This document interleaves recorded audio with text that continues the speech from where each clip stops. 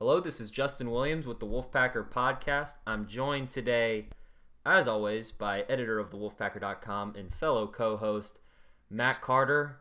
It's been a while. I missed seeing Matt Carter's face. We've taken a little spring break here, if you will, now that basketball season officially ended over a month ago. Matt's heavy on the recruiting trail. He's got plenty of things to do on a daily basis, but we are back together for a podcast here in mid-May. Hopefully we'll be doing a little bit more regularly here throughout the summer, especially leading up to what should be an exciting football season for the NC State Wolfpack.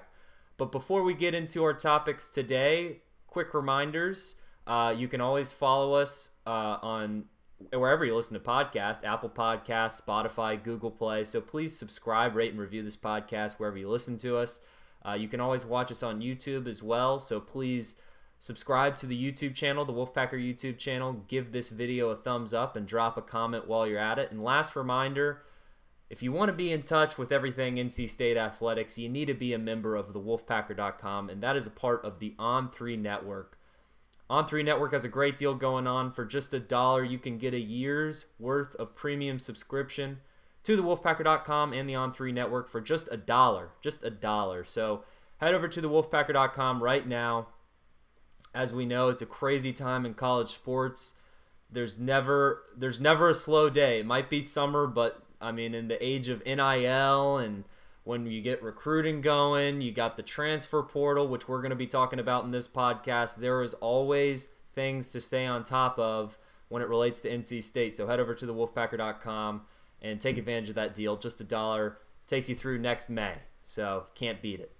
Anyways, Matt, let's I know we want to talk about some football because I'm excited about football. You're excited about football. I think all of Wolfpack Nation is excited about football coming back this fall.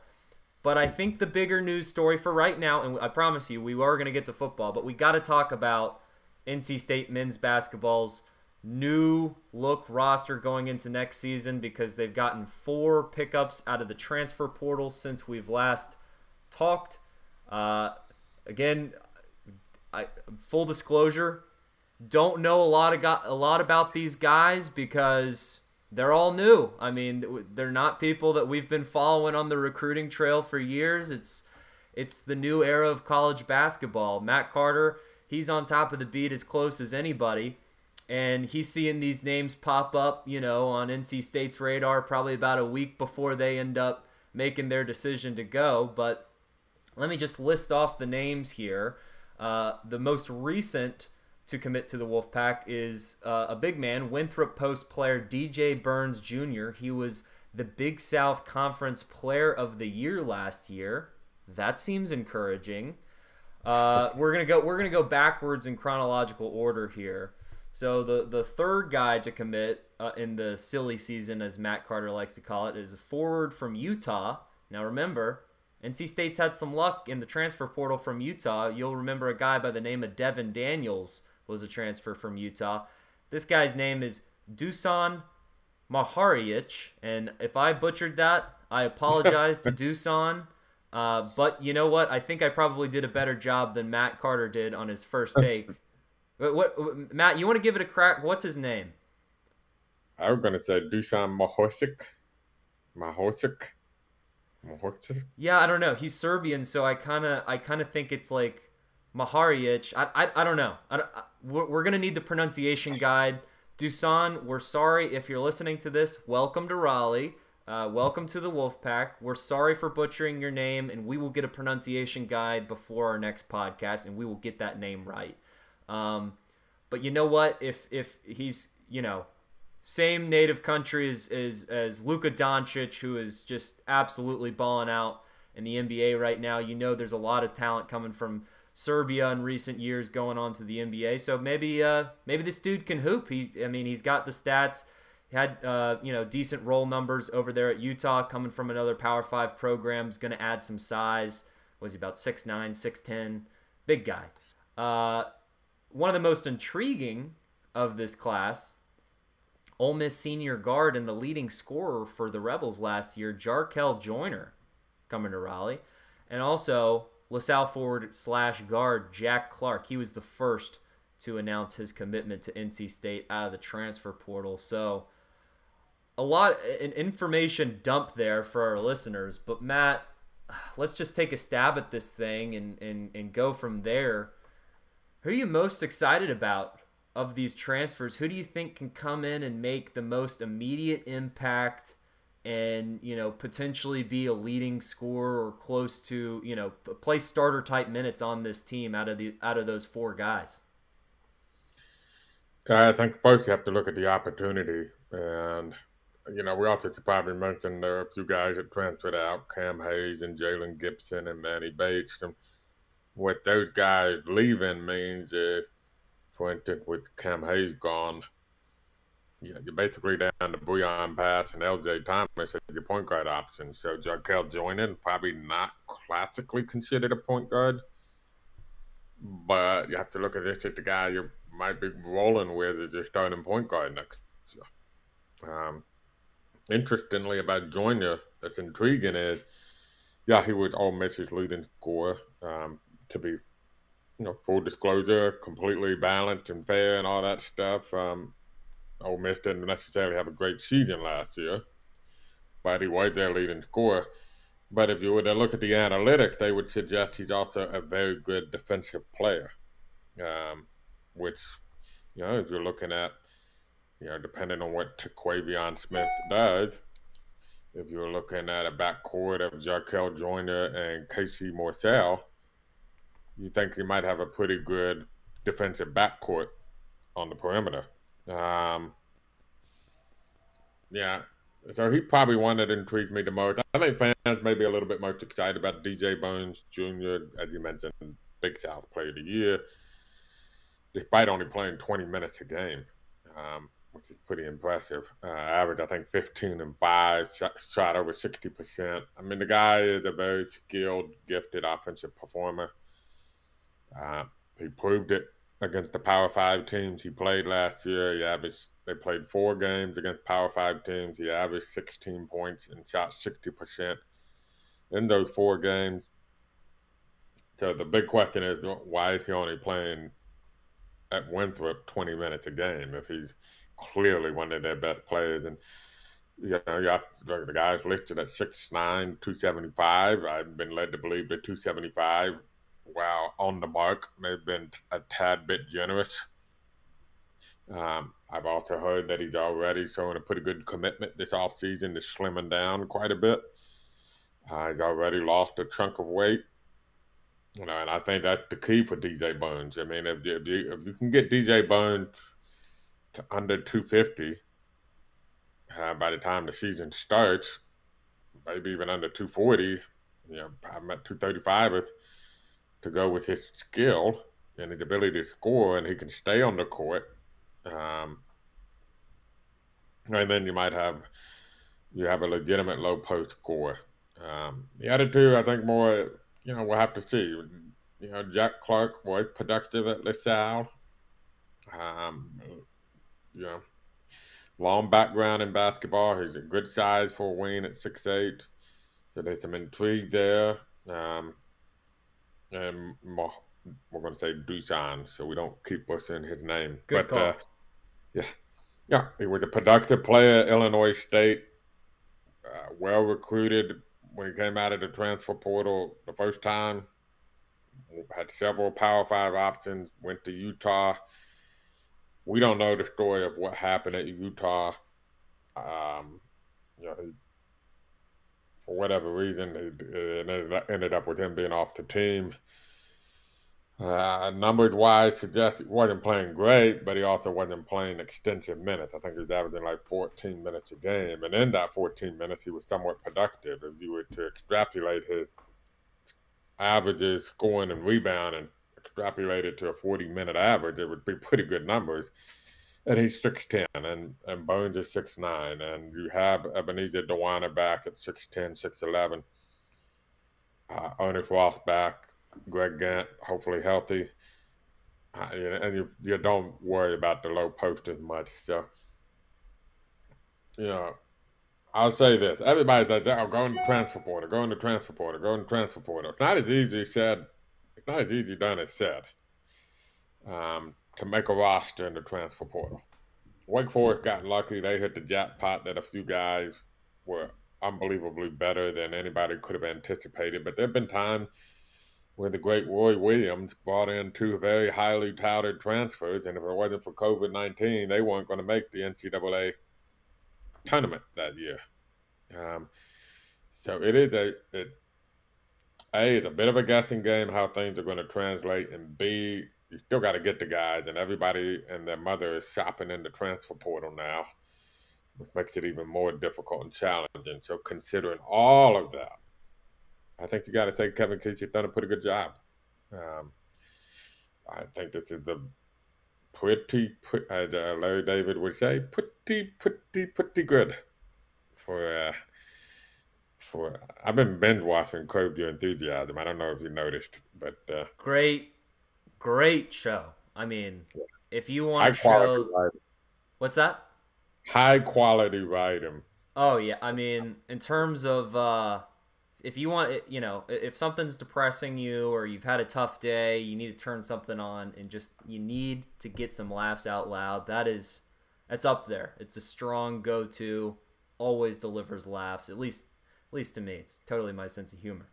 But yeah, pretty good, Matt. I'd say, not an easy job that Kevin Keats had on his hands this offseason. It's not easy to basically rebuild an entire roster. I mean, when we talked about going into the transfer season or the silly season, whatever you want to call it, we talked about some of NC State's needs, and what did we say? Well, they need point guard, and they need some more post depth, and they need a wing. Well, that's pretty much, the three major roles in college basketball. I mean, they had needs everywhere, and it seems like, at least for now, that they've at least got one guy that meets all of those needs.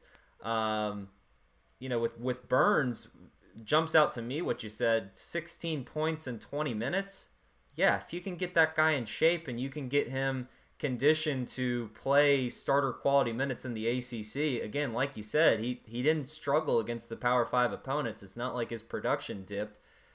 I mean, if he can translate that type of efficiency, and it doesn't have to be, 100 to 100, but if he can get, close to 70, 80% of that production playing 30, 35 minutes a night, I mean, that's all ACC type numbers up there. And of course, the competition's going to increase in the ACC, but I mean, look around the rest of the league. There's turnover at all these schools except for Carolina. I mean, UNC is a different conversation. They've got the bulk Virginia of too. and okay, Virginia too, a team that wasn't good though. I mean, a team that Fair point. Yawn factor. I mean, Virginia basketball is already boring to watch, but if they're not going to make the NCAA tournament, then why are you watching? And shout out to my coworker out here in San Francisco, Vern Glenn, proud Cavalier graduate, but yeah, I mean, that you could say the same thing about NC State. When I saw all the hair pulling about what's going on with the program, all these people leaving, you've got coaching turnover, you've got player turnover. What I always come back to is, do you really want the same supporting cast that you put out on the floor last year? Because I think the best solution in this offseason was to unplug device and restart the computer, because last season was not what any NC State fan in the world wanted to see, and sounds like it was time for a breath of fresh air, bring in some new personnel, bring in some new assistant coaches, and see what can happen in next season. And in college basketball, a game that is so random, by the way. I mean, I'm out here watching the Golden State Warriors last night, down by 50 to the Memphis Grizzlies last night without Ja Morant. That's a team. The Golden State Warriors, a team with Steph Curry, the best shooter to ever live, Klay Thompson, Draymond Green, Andrew Wiggins. That team playing another team without their best player, down 50. Sometimes basketball doesn't make sense. Sometimes it truly is just a game of makes and misses. So things can happen quickly, change can happen quickly, and to be honest, in May 12th of 2022, I don't know what to expect from NC State basketball in 2022-2023. but there's only room for growth. So I'm excited just in the sense to see this new personnel on the court. And last question here, Matt, while we're on the transfer topic, where does NC State go from here? Should NC State fans be expecting any more names to pop out of the portal? What's the scholarship situation? And we're still waiting to figure out if Terquavion Smith is going to go to the draft or if he's going to end up coming back to college. That's the big question. Darion Seaborn's also in the draft, but I think is widely at this point. We've been hinting on the Premier message boards, widely anticipated to stick with the NBA draft. I think the more likely scenario to come back is Terquavion Smith. And I quite frankly think that one's a up in the air proposition at this point. That's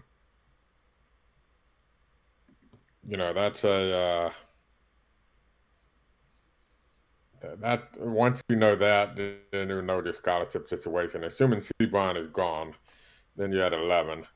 You have to remember, NC State can only use 12 next year. Typically it's 13, but the Dennis Smith case, penalties coming down. One of probably the most major restriction was you lost a scholarship, so you're down to 12. So that would be the one restriction still left out there to pay the price on. And if Seaborn goes, I think you'll see another wing. It wouldn't surprise me if they're a little bit patient to make sure that Seaborn's definitely gone. But you don't want to be caught empty-handed if both Seaborn and Smith leaves. And then you got yourself in a short-handed situation on the wing because you start looking at the roster. You got Jack Clark, you got Casey Morcell. And then after that, you have Bouillon Pass, Jarkell Joyner, and L.J. Thomas, who are all 6'2" or 6'1" or shorter. It's not really your ideal situation. So I think you definitely should be targeting a wing with the anticipation you're going to need one. What about Ernest Ross? Do you think he's going to remain in that front court rotation, or do you think maybe this offseason he could maybe transfer over to playing off the perimeter as a big wing? Yeah, I think he's just got a lot of development left to do. He lost time on the development clock too by breaking his ankle. He needs to develop where his skill set's best suited right now, and that's probably along the baseline and in the paint, maybe occasionally shooting a three. But at this point, his game is going to be finishing at the rim, using his athleticism. I've always thought the best case scenario for Ernest Ross is to be a taller, longer version of a C.J. Leslie. But he had a little bit more weight to go than C.J. Leslie did out of high school. So I would have a hard time seeing Ernest Ross kind of transitioning. So I think that's where you'll see, and I have good reason to think that's where you will see some focus is making sure you get another wing with the anticipation that Darion Seaborn will probably stay in the NBA draft, and also not to be caught empty-handed if both Terquavion Smith and Darion Seaborn stays in the NBA draft. So on the flip side of that, the numbers are shrinking in the portal. Guys are making decisions left and right. So when you say they're looking to bring in a wing, you have to kind of keep in check your expectations of what's realistically available at this stage. You're probably not talking about going out and getting a high quality, Big South player of the year, post player. You're talking about a guy who maybe scored double digits at a smaller school, who, you think could play a complementary role for you this season. I mean, you just have to realize what's left in the transfer portal. Get that question in football a lot. Are they going to add anybody in the transfer portal between now and the season? And the reality is, they're right now still trying to figure out to get the 85 scholarships for next year without adding any transfer portal addition. And B, from talking to sources, there's just not a lot in the transfer portal right now in football. I mean, what you had in football was a bunch of guys who left spring practice not happy with where they're sitting on the depth chart. It's not exactly the pool you're looking to fish from when it comes to the transfer portal. So That's just kind of where you get to in May on the portal. Well, we know a few things are for sure. The roster is going to be older than it was last season with the Yes. addition of the transfers, and everybody that stayed is 1 year older. It's going to be a bigger roster with some of these taller players that you're getting from the transfer portal, and it might be a better defensive team with just some of the personnel that you're adding, and a few of the guys that were hurt last season becoming healthy over the offseason, being able to help you on the defensive end. It's going to be really interesting to see what this Wolfpack squad looks like on the court, what their identity is going to become, because we've kind of expected more, I guess, offensive-minded teams in the first few years of the Kevin Keats era. I wouldn't be surprised to see this be more of a hard-nosed, defensive-minded team that crashes the boards, and that's not something you would have said about NC State in these, first few years. But you add some size, you add some experience, and the recipe of crashing the boards and playing good defense can be a winning formula. Just look at the Houston Cougars. I mean, there's nothing pretty about watching them play except for the fact that they just put on the court a bunch of dudes that can crash the boards, play defense, and the other team is going to need an ice bath after the game. And I would say this too. Let's say Quavion Smith does go pro. You could look at a starting five of Jarkell Joyner, Casey Morcell, Jack Clark. This is total spitball, and it may not be the starting five. Greg Gant and DJ Bones. That's not necessarily what I think the starting five would be. I'm just saying that could be starting. And every single one of those guys would either be a fourth or fifth year player in college. And what we have seen is unless you have the Duke incredible use of talent, it's generally better to be an experienced older team. You don't want to be in between, which is somewhat what NC State found themselves in last year. Kind of that in between, not exceptionally talented and not exceptionally old and experienced. They were in between. And that's not a good place to be. So you either want to be really old or really talented. And this team had the chance to be really old. I like the sound of that. Let's talk about football.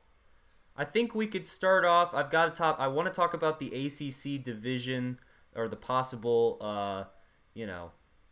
the league is deciding no more divisions, no more Atlantic Division, no more Coastal Division. I want to talk about that, but before we get into that, let's talk about some of this off-season buzz surrounding the Wolfpack. How are we feeling about this? Because I'm seeing a lot of way too early top 25 rankings come out. The college beat writers that cover basketball and football. It's getting into the late spring, early summer. They're looking for content ideas, and you know what the best content idea to deliver those clicks is? It's rankings. And I'm seeing a name that I don't normally see in these way too early top 25s a lot higher than I'm used to seeing them, for sure. It's NC State in a lot of top 10s in these early top 25 polls, or not polls, rankings. They're not a collection of polls. It's one guy behind a computer saying, here's what I think is going to be the top 25 heading into the offseason. We'll see where NC State ends up when the polls end up coming out in the end of the summer. But Matt, what's your initial impression of seeing NC State? I think I saw NC State as high as number 6 on the way too early top 25 on ESPN. What do you think about that? Yeah, interesting. I mean, I'll say this. I told you before the podcast, they certainly deserve it a lot more than UNC did last year. And so for all the people who had, particularly the local people, and I'm not trying to call out people or, talk poorly about people or anything like that. I mean, I'm just saying, if you were a local person who knew the UNC roster very well last year and put them top 10ish, then I think you have an obligation to put NC State top 10ish, because I think this NC State team has a far more credible case for being preseason top 10 than UNC did last year. Yeah, I know NC State's strengths and weaknesses. I have questions about this team. And in some areas, I think this team is as good as I've ever seen an NC State team built. To the question, will that offset or what? But I don't know other teams that well, right? That's impossible. I mean, and that's the thing about these people who make these way too early top 25 lists. I saw one was USA Today, where NC State went from unranked to number 10. I mean, there's clearly a guy who just was just spitballing there and then realized he missed one and put NC. There's no reason why after spring NC State made that big of an impression on you in a spring game to all of a sudden be top 10. So, and I saw our list. I think it was Dennis Dodd at CBS that didn't even have NC State in the top 25. That's silly. That just shows you're not doing your homework. So, yeah, it's impossible for anybody to know them that well. And with the other teams, I don't know well enough to say, oh, that team's underrated or this team's overrated. You just got to kind of take people's words for it. I think NC State's a legitimate top 15 team. That's not far from top 10. So I have no problems and I would say I would have a bigger problem if they were ranked below 15 than if they were ranked top 10. Fair point. I mean, if we're using the measuring stick as what the final 2022-23 season, college football playoff rankings will be as the parameters for how accurate these polls are. I mean, we're talking about the outcomes of, a handful of 3 or 4 games that truthfully could go either way. I mean, we're talking about the road game at Clemson, and I'm seeing Clemson also in a lot of top 10 lists. Do they deserve that? Maybe. I mean, they've got a lot of talent on that team for sure. The defense certainly looked like a top 10 unit at the end of last season, and that's going to help them out, but they've got a big question mark at quarterback. DJ Uiagalelei, not a guarantee to be the That was pretty well done, rolling off your tongue. I mean, I think I said it so many times last year that yeah, so Dusan, sorry. I can say DJ Uiagalelei because I had so much practice saying it, and I will get Dusan's last name, especially by the time basketball season rolls around. Give me reasons to say your name right? I can't wait to see it. But yeah, Clemson has a big question at starting quarterback. You know who doesn't? NC State. I mean, Devin Leary's getting a lot of attention this offseason. We're seeing, as soon as the 2022 NFL draft ends, that just means that the early mock drafts for 2023 begin. And I'm seeing Leary's name on some of these first round, way too early 2023. And this is a stacked quarterback class going into 2023 too. We talked about 2022 being a very weak quarterback class. Next year is going to be the opposite. So to see his name up there in the talks of a first round among the likes of, several expected quality future NFL quarterbacks, I think it's what it's going to come down to is NC State going to have a first round caliber future NFL quarterback type performance from Devin Leary this season? Is that the expectation? Is it fair for that to be the expectation? I don't know. I think he's taking that on head on. I think he understands that, as far as he goes, I think this team will go because, you lose a Bam Knight and you lose a Ricky Person in the backfield. I would think that it's going to be a more pass-heavy offense than what we saw last year, especially with some of the struggles that the run game had with those talented backs. You've got a very strong young receiving core coming back. I mean, primarily the loss of Emeka Emezi, his number one target last year, but basically everybody else coming back and a lot of great young talent in that room. And then you look at the defense, which going into last season was supposed to be, a top 10, top 15 unit, was heavily injured last season and still ended the year as a strong top 15, top 20 unit nationwide. If the defensive side of the ball can stay healthy, it's not out of the question that NC State could be a top 5, top 10 caliber defense, again, as long as it stays healthy. So if you've got a really strong defense and you have really strong play at quarterback, that's a winning formula in college football. And it's just going to come down to the outcomes of at Clemson, Wake Forest at home.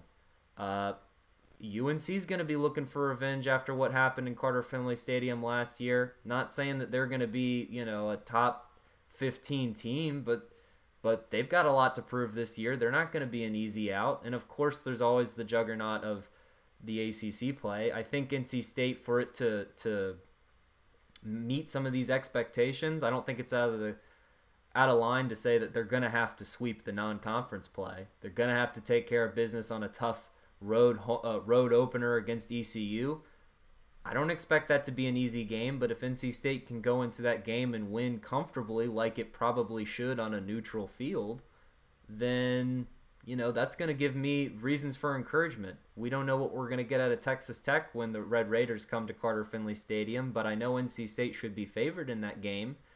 You'd like to think that NC State gets away with that one. The other two, I'm drawing a blank on who the other two are, but they're not games that I think NC State fans should be concerned about. But yeah, it's going to come down to the outcomes of about 3 or 4 games, and that makes the difference between an 8-4 season and an 11-1 regular season. And if you're an 11-1, then you are a top 10 team. So I think the ceiling is as high as I can ever remember for an NC State team, just in my lifetime at least. I mean, I don't think it's out of the question to say that this NC State team could be a top 10 team in the final college football playoff rankings at the end of next season. I don't think if you say that, or if you're hoping for that you're crazy. But I also wouldn't say that someone say, this team could go 8-4 this year, which would be a disappointing year. I also wouldn't say you're crazy. So that's just the nature of college football. It's going to be exciting to see how it all unfolds. But here's the real kicker, Matt, because now this offseason we're talking about the ACC divisions going out the window. But that's not going to be this fall. That's going to be as early as next fall. But I keep hearing the 3-3-5 scheduling model, Matt. 3-5-5. 3-5-5, excuse me. Okay. We're not talking about Tony Gibson's defensive scheme here, okay? We're talking about ACC scheduling models. And based on what I've been able to see, the plans for the future for NC State, assuming all goes as planned at the ACC meetings that are happening right now, is that NC State would get UNC, Duke, and Wake Forest on an annual basis, and then they'd play 5 other ACC schools one year, and they'd play the other 5 the next year. Am I correct with that? And what are your thoughts on the divisions going out the window? Yeah, I'm pretty sure I heard Debbie Yao popping champagne when you heard about the divisions going out the window. Oh, long overdue. I mean, it never. The argument that I once subscribed to, that everything was sick, would go in cycles, never happened. And I converted quickly into. And then I think some other people were much more. I'm not sure some people ever did convert, but the reality is it was not cycling. Never was going to cycle. This year was past year was an exception, but the Coastal just wasn't built to be. I mean, there's really, when you look at the programs in the Coastal, the reality is Virginia Tech was a Frank Beamer creation.